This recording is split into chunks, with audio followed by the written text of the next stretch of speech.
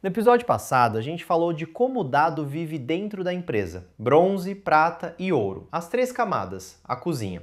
Hoje a gente fica no ouro, porque é exatamente ali, na ponta onde o dado encontra a pessoa que vai consumir, que essa próxima história começa.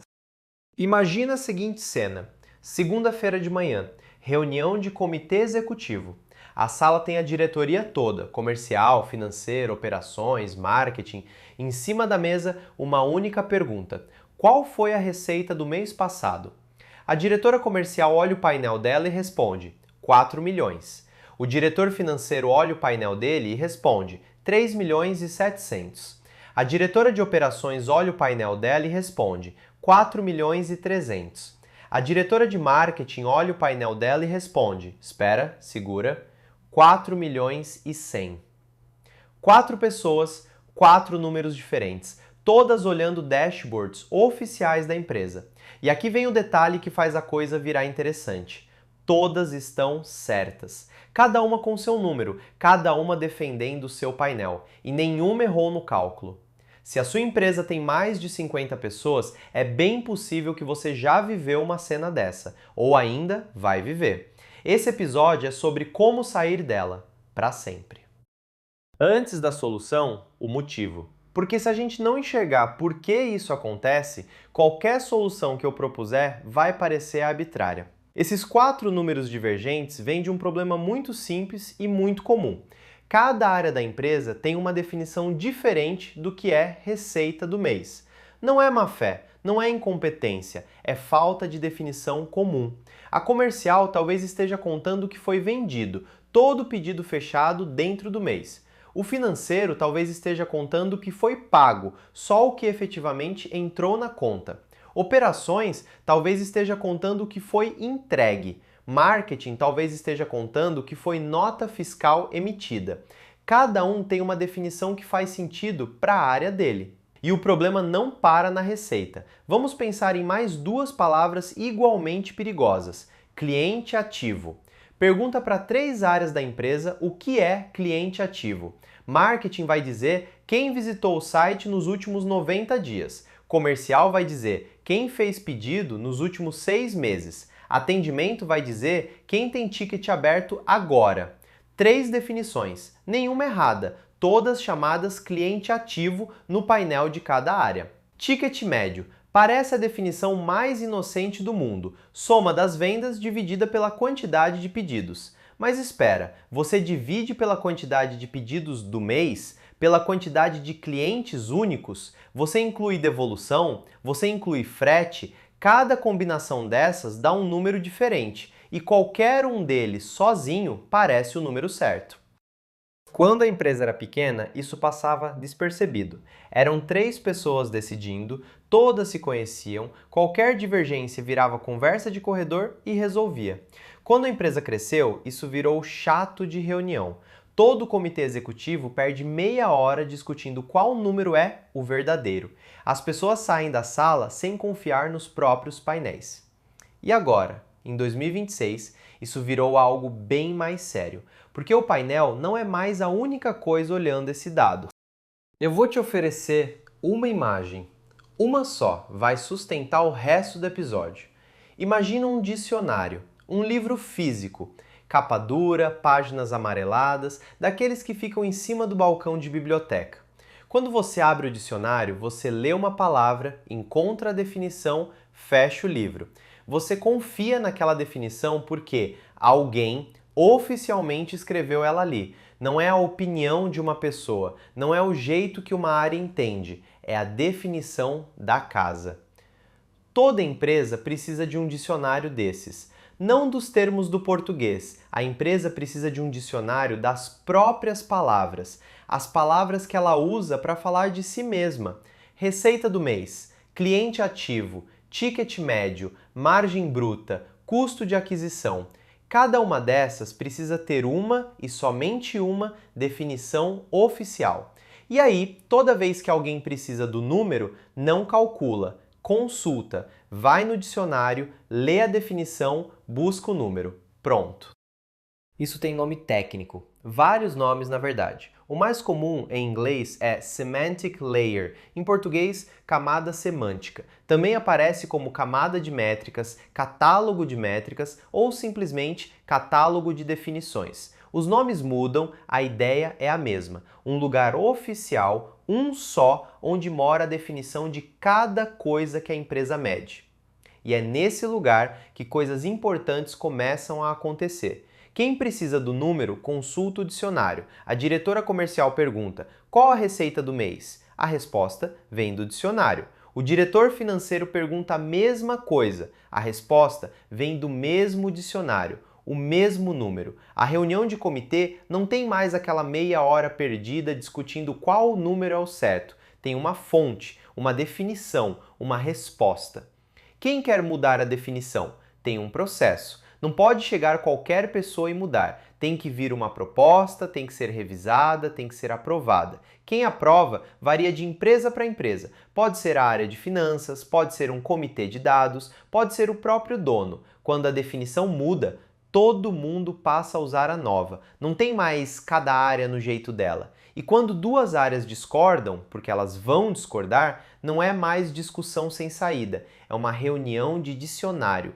Comercial e financeiro sentam, conversam, chegam num acordo e o que sai é uma nova entrada no dicionário, com data, com responsável, com motivo. Discordância vira ata, ata vira definição, definição vira número confiável. Tudo isso parece tão óbvio que você pode estar se perguntando: por que ninguém faz isso? E a resposta é: muita empresa faz, há décadas. Mas há 2 anos, esse tema deixou de ser preocupação de quem entende de dado e virou preocupação de quem entende de inteligência artificial. E é por isso que esse episódio existe agora e não 5 anos atrás. Antes, quem perguntava o número era humano, e humano, mesmo sem dicionário, tem uma rede de proteção natural. Se o número sai estranho, alguém olha, alguém estranha, alguém checa. Levanta o telefone, pergunta para outra área, valida. O processo é lento, mas o erro raramente passa direto para a decisão. Agora, em 2026, quem pergunta o número não é mais só humano, é inteligência artificial. E aqui o jogo muda de um jeito importante. Se você dá acesso solto aos seus dados para um agente sem dicionário, ele pode calcular do jeito errado com muita confiança. Entrega um número que parece convincente e está errado. Se esse mesmo agente está plugado num dicionário oficial, ele ancora a resposta na definição oficial, devolve o número que vem dali com a auditoria de onde veio. Você sabe que esse número veio da definição tal, calculado de tal jeito. Isso não elimina todo o risco. O dado pode estar atrasado, a métrica pode estar faltando, a permissão pode estar errada e o agente pode interpretar mal a pergunta, mas reduz drasticamente o risco de ele inventar. E aí entra o problema que o painel humano não tinha. Quando o humano errava o número, alguém percebia, uma pessoa olhava e estranhava.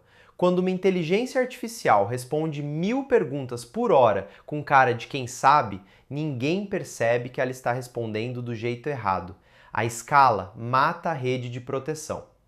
Esse é o ponto. Sem dicionário, agente em cima de dado é roleta russa. Você não sabe se o número que ele te deu é o número que a empresa concorda como sendo a verdade. Você só sabe que ele te deu um número. E em escala, porque IA é sempre em escala, isso vira problema sério. Decisão tomada com base em número inventado por IA virou problema de gestão real. Não é problema técnico, é problema de governança. E o dicionário é o que fecha essa porta.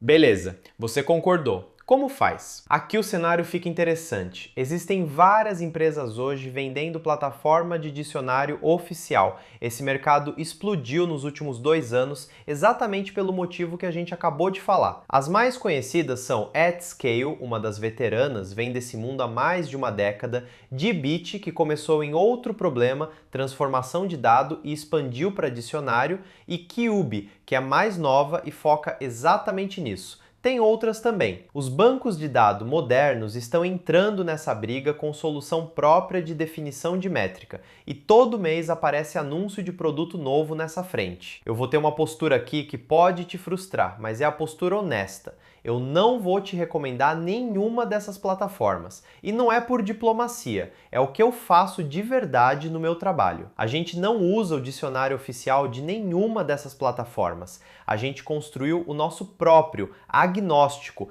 independente da ferramenta onde o banco de dados mora, independente da plataforma de transformação que a gente usa. É a definição da empresa morando num lugar nosso, em formato aberto, que qualquer ferramenta consegue ler. E para ser claro, não é gambiarra, é decisão consciente. E essa é a minha recomendação para você. Construir o dicionário agnóstico, não amarrar o ativo mais importante da empresa, a definição das próprias métricas, a um fornecedor específico, porque o que mata a empresa de tamanho médio é exatamente isso. Comprar plataforma, modelar tudo dentro dela e 2 anos depois perceber que migrar para outra custa o equivalente ao orçamento anual da área. O dicionário é o ativo, a plataforma é descartável, não inverte essa hierarquia. E agora a parte mais importante desse episódio. Você não precisa de plataforma para começar. Eu repito porque é central. Você não precisa de plataforma para começar. O ato de definir já é 80% do valor. Imagina uma empresa pequena, 20 pessoas, sem time de dado, sem orçamento para plataforma de R$100 mil por ano. Como começa o dicionário dessa empresa? Com uma planilha. Sério, abre uma planilha do Google, compartilha com a diretoria, cria uma aba que se chama Definições, em cada linha uma palavra que a empresa usa. Na coluna do lado, a definição oficial. Na coluna seguinte, quem aprovou. Na coluna seguinte, a data da última revisão. E aí marca uma reunião, 30 minutos. Junta as 4 pessoas que olham o número no dia a dia. Comercial, financeiro, operação e quem mais precisar. Pega 5 palavras que sempre causam confusão. Receita, cliente ativo, ticket médio, pedido, margem. Cada uma vira uma linha na planilha e a sala não sai dali sem ter uma definição assinada para cada uma.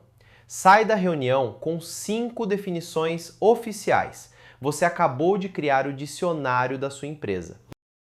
Funciona? Funciona. Eu já vi empresa de mais de 100 milhões de faturamento operando com um dicionário que é uma planilha do Google compartilhada. Não é o ideal, mas é 100 vezes melhor do que não ter. A ferramenta entra depois para automatizar. Quando você tem 30 definições assinadas, quando essas definições começam a aparecer no painel automaticamente, quando o agente de IA começa a consultar elas, quando o trabalho manual de manter consistência começa a doer, aí a plataforma faz sentido. Mas a plataforma só faz sentido para automatizar o que veio do consenso humano. Ela não substitui o consenso, ela acelera. E quando ela entrar, vale aplicar a mesma régua de agnosticidade. Escolher solução que não te aprisione, que deixe a definição em formato aberto, que dê para trocar de fornecedor sem perder o trabalho. Se você levar uma única ideia desse episódio, leva essa. O dicionário é primeiro decisão de gestão, depois decisão de tecnologia. A empresa que pula a parte de gestão e compra a plataforma achando que a plataforma vai resolver, gasta caro e mantém a mesma bagunça. A empresa que começa pela parte de gestão com uma planilha já tem 80% do valor antes de gastar R$1 em ferramenta. E para ser honesto, igual no episódio passado, tem empresa que não precisa disso ainda. Empresa pequena, processo estável, números batendo entre as áreas, a formalidade do dicionário pode atrapalhar mais do que ajudar. Bom senso vale a pena. Se a sua empresa tem 5 pessoas e uma planilha que cabe na cabeça, foco em outra coisa. Mas, e aqui vem a armadilha clássica, empresa do tamanho de ainda não precisa também é o tamanho perfeito para a indústria vender uma plataforma de $50 mil por ano. A pressão de compra é alta, não morde a isca. A pergunta certa é: você já tem 5 métricas onde as áreas discordam? Você já perde tempo em reunião discutindo qual número é o certo? Se sim, é hora de começar, com planilha para valer. Se não, ainda dá para esperar. O O inverso também é verdade. Quando a hora chega, ela chega. Empresa de tamanho médio que ignora isso por mais um ano paga em decisão errada, porque a inteligência artificial já está respondendo perguntas em cima do dado dela, com ou sem dicionário. Vamos amarrar. Toda empresa que cresceu tem o mesmo problema escondido. A palavra receita significa coisas diferentes para cada área. Quando isso era só chato de reunião, dava para conviver. Agora que a inteligência artificial está respondendo perguntas em cima desse dado, virou risco grande. O dicionário oficial da empresa é o que fecha essa porta, um lugar só onde mora a definição de cada coisa que a empresa mede. Quem precisa, consulta, quem quer mudar, propõe e aprova. A inteligência artificial que conversa com esse dicionário ancora a resposta nele. A que não conversa, inventa. E você não precisa de plataforma para começar, precisa da decisão. Definir é 80%, automatizar é os outros 20%. E quando for automatizar, agnóstico, sempre.